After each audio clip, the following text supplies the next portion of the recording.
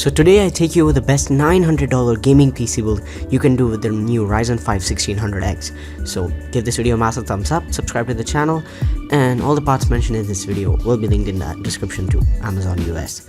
So with that being said, let's get started.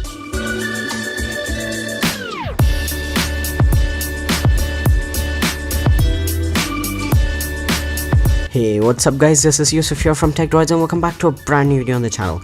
And today I'm taking you over the best $900 gaming PC build you can do with the most highest end Ryzen 5 chip, that's the 1600X. So this PC in terms of performance is a crusher. This is a productivity come gaming build.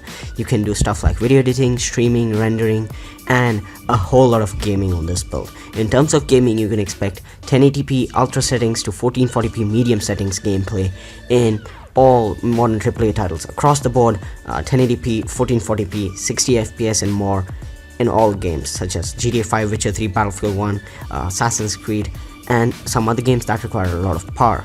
And you're looking at the older titles. When you're looking at the older titles, you're looking at 4K, 1440p to 4K, medium to max settings, well over 100 FPS. Games such as League of Legends, World of Warcraft, Dota 2, Minecraft, CSGO, and Team Fortress 2, the games which don't require a lot of power, around 1440p to 4K with well over 100 FPS medium to max settings. So with that being said, with the performance out of the way, let's get to the parts that make it all possible.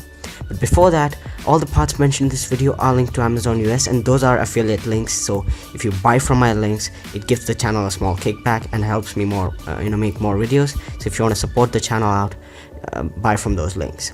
And with that being said, let's get to the parts that make it all possible. For the CPU, we have the AMD Ryzen R5 1600X. So this is a 6-core processor clocked at 3.6 GHz, obviously overclockable as it's a Ryzen chip, and it retails for $249 and doesn't come with its own cooler. But this is a really good CPU for productivity, streaming, editing, rendering, as it has that 6 cores, so it will perform really well in multi-threaded tasks such as editing.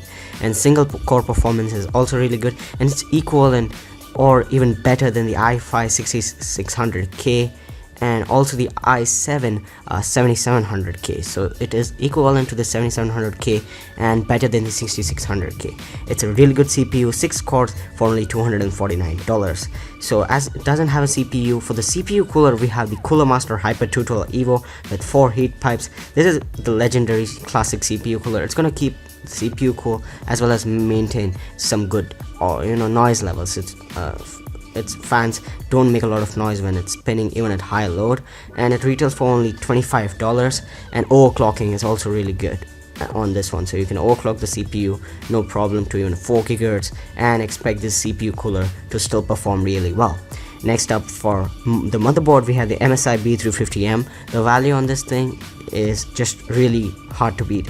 It's a really good motherboard with an M.2 slot, HDMI port, USB 3, and obviously it supports DDR4 for only $80, whereas the other B350Ms are really costly, and we don't require X370 in this build as those are just too much for this build. Next up, for memory, we have 16 GB of Corsair Vengeance LPX memory at 2133 MHz for only $100. So 16 GB, as some of you guys complained that 8 GB is not enough and 16 gonna be like 16 gigs is gonna be mainstream, and sometime editing can take use of it. So here's your 16 GB of RAM from Corsair Vengeance LPX. 2133 MHz is quite plenty fast, and 16 GB should be plenty enough for video editing and PC gaming. And there is no upgradability option. If you're to upgrade to maybe in 32 gigs, you have to remove both the sticks and put another 32 gigs, but 16 gigs should be plenty enough. Next up, for the hard drive, we have the Western Digital Blue 1TB hard drive. It's clocked at 7200 RPM, so that's the fastest hard drives can go. 1 TB of space for only $49, so that you can store your games, Steam library, movies, videos, all kind of that stuff. And it's not the fastest thing in the world, but to accompany that, and as it's 2017, you gotta have your best boot times. So we have a KINGSTON SSDNow V300. It's a 120 GB SSD, not the largest thing in the world. You'll not be able to store a lot of big games. Modern AAA titles are getting larger and larger, but you'll be able to store your operating system and a few important programs, but this can significantly improve the performance of your UI, your boot times, and your apps also become fast, which are on the SSD. So it's always appreciated. For only 63 bucks you get a really big increase in the performance. Next up, to power the whole thing, we have the EVGA 600 watt power supply that's retailing for only $49. It's 80 plus certified, 80 plus bronze certified. That means it runs above 80% efficiency at all times. It comes with a 3-year extended warranty, and EVGA stuff always lasts more than the warranty they claim. So it's always gonna last like 4 or 5 years, no problem. So this power supply is really reliable, and it's not the most expensive thing in the world as well.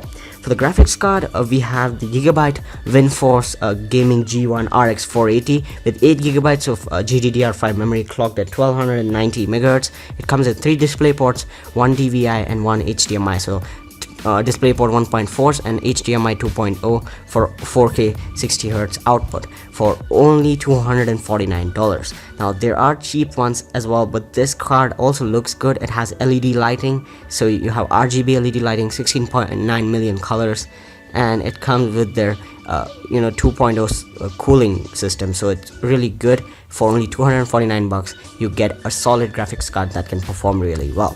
To house everything in this build, we have the APEVIA V-Mirage-WH. This is a really good case. Just look at the thing, it's beautiful. This whole complete side panel is transparent. It comes with 2 LED fans inside. It has a lot of room to work with, and it retails for only $59, and it's not the most expensive thing in the world.